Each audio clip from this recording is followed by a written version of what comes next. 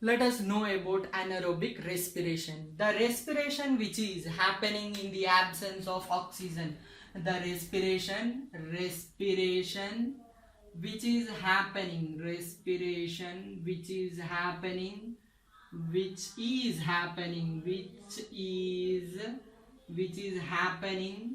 in the absence of, in the absence of in the absence in the absence in the absence of oxygen, in the absence of oxygen. Such a respiration is anaerobic respiration. This anaerobic respiration will be happening in the human beings. At the time of vigorous exercise, our body will be using the ATP which is already present in our body. The energy which is present in our body will be used up within a half a second. As the energy is used away, our body needs more energy. For that energy, oxygen should be supplied from the outside, but the situations will be different at the time. Our body will be doing more exercise, because of that we won't be getting quick oxygen into our body. This creates oxygen depth condition. Oxygen depth condition means oxygen will not be available in more amount to our body. When this oxygen is not available in more amount, the glucose, but our body requires energy. Then our body will be taking the glucose, and the glucose will be converted, and this glucose will be converted to lactic acid. And it will be releasing the energy. And the glucose will be converted to lactic acid and energy is released. This is a quick process. For this, no oxygen is required. Glucose, in the absence of oxygen, it will convert into lactic acid and energy is given out. This energy will be used up by the body. And when we are continuing that vigorous exercises, what will happen? More amount of lactic acid will be accumulating in the body.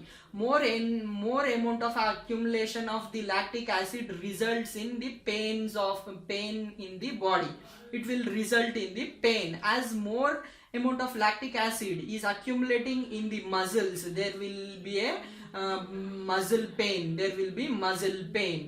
And when you are taking rest at this time, slowly the oxygen is taken inside, and when oxygen is passed, this lactic acid again converts to the glucose. As the concentration of lactic acid is decreasing in the body, the pain in the body will be gone. Body will be gone slowly. And this is the anaerobic respiration which happens in the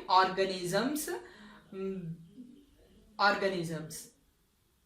Especially this one will be happening in the muscles. Now let us know about fermentation. Anaerobic respiration is also known as fermentation. Anaerobic respiration is also known as fermentation.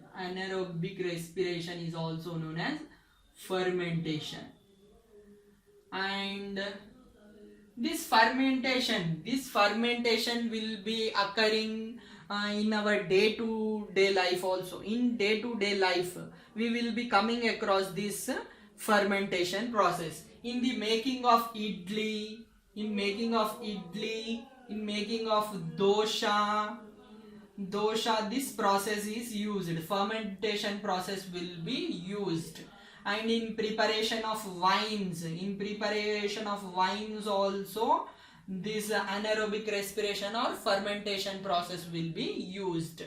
And let us take one example. Take the maida dough. Take the maida dough. Take the maida dough. Maida dough. To this maida dough, add yeast powder. To this maida dough, add yeast powder. Add yeast powder. When you are adding yeast powder to this maida dough, after a day you will be noticing that the maida dough will be rising. The maida dough will be rising. This is due to the production of the carbon dioxide, ethanol,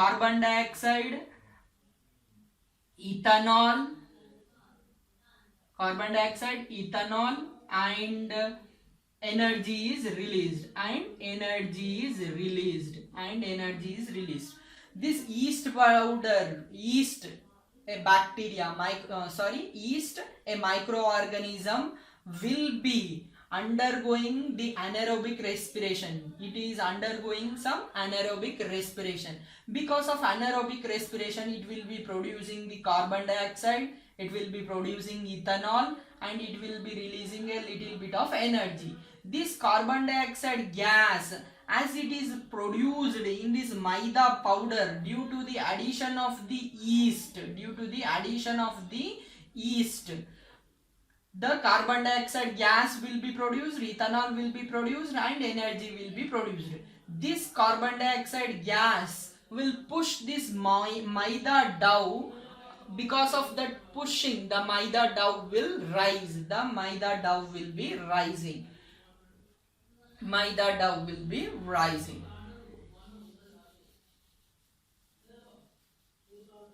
Maida dough will be rising. Now let us take one experiment, and in which way the ethanol will be separated from the yeast. Let us see. Let us take a beaker. Into this beaker we will be taking the sugar solution.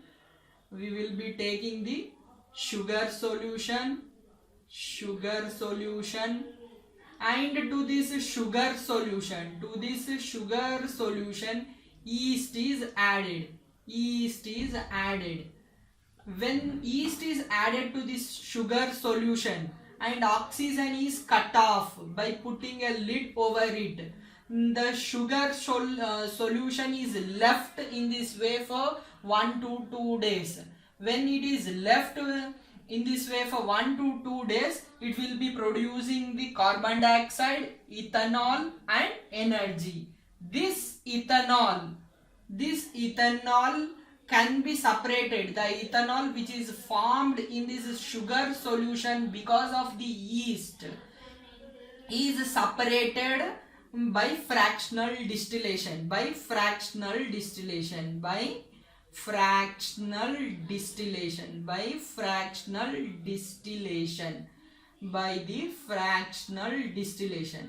Because of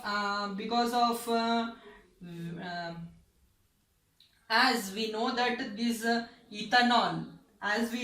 ethanol will be becoming vapor at 70 degrees Celsius. By using fractional distillation technique, we are separating the ethanol from the sugar solution. Fractional distillation. What is this fractional distillation? It is a chamber in which we are maintaining different temperatures in different parts of the fractional distillation. We will maintain different temperatures like 20 degrees, 30 degrees, 70 degrees, 80 degrees. Different temperatures are maintained in this fractional distillation chamber.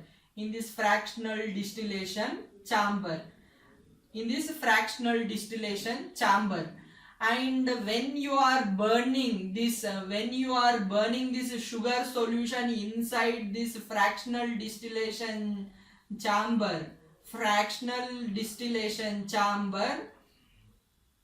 ethanol will be separated at 70 degrees. Slowly the ethanol will be coming out. This is the anaerobic respiration in the human beings and anaerobic respiration in yeast